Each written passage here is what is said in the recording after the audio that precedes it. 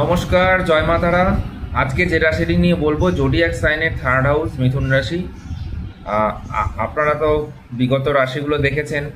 আজকে যে রাশিটি নিয়ে বলতে চলেছি, মিথুন রাশি, ভাদ্র মাস কেমন যাবে এবং ইংরেজি 16ই আগস্ট থেকে আপ টু 16ই সেপ্টেম্বর পর্যন্ত এই সময়টা নিয়ে আপনাদের ছোট্ট একটা আপডেট বা প্রেডিকশন, যেটাই বলুন না কেন, সেটাই আপনাদেরকে দিতে চলেছি। তো এই সময় আপনারা জানেন যে ট্রানজিটে আপনাদের রাশির ওপর মঙ্গল কিন্তু বসে রয়েছে, বাট আপনার রাশি সাপেক্ষে তৃতীয় কিন্তু রবি অবস্থান রয়েছে। অর্থাৎ আপনার যোগাযোগের মাধ্যম বাড়তে চলেছে।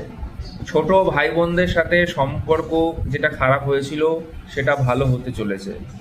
কিন্তু এখানে একটা কথা বলে রাখি, যারা প্রফেশনালি কিছু করতে চাইছেন, প্রফেশনালি নিজের মতন করে কিছু এগোতে চাইছেন, চিন্তা ভাবনা করছেন, করবেন বলে ভাবছেন প্র্যাকটিক্যালি, তাদের জন্য 2রা সেপ্টেম্বরের আগে চিন্তা ভাবনা করে নেওয়াটা আপনাদের জন্য খুব ভালো হবে আমি মনে করি।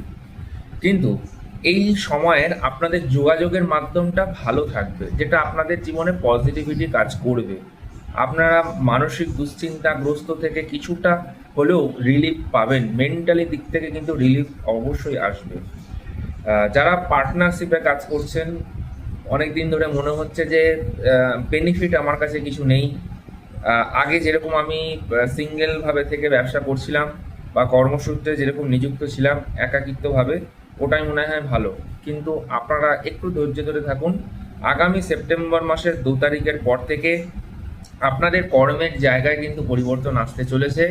পার্টনারের সঙ্গে সমভাবে যুক্ত থেকে আপনারা কিন্তু কাজ করতে পারবেন, সেটাতে আপনাদের উন্নতি কিন্তু হবে। আমি এইটুকু দায়িত্ব নিয়ে বলতে পারি।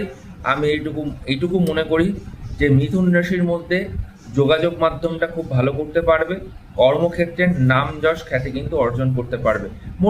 মোদ্দা কথা আমি এইটুকু বলতে পারি, বাইরের মানুষের সাথে যোগাযোগের মাত্রাটা কিন্তু বাড়বে।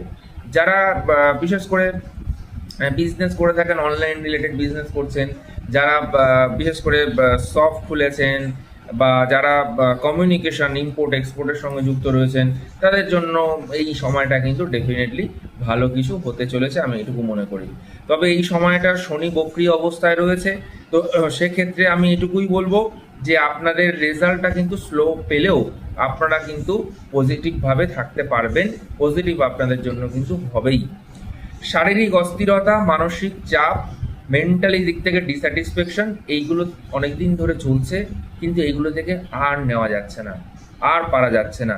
কিন্তু এইগুলো আপনাদেরকে রিলিভ করবে আগামী সেপ্টেম্বর মাসের 10 তারিখের পর থেকে।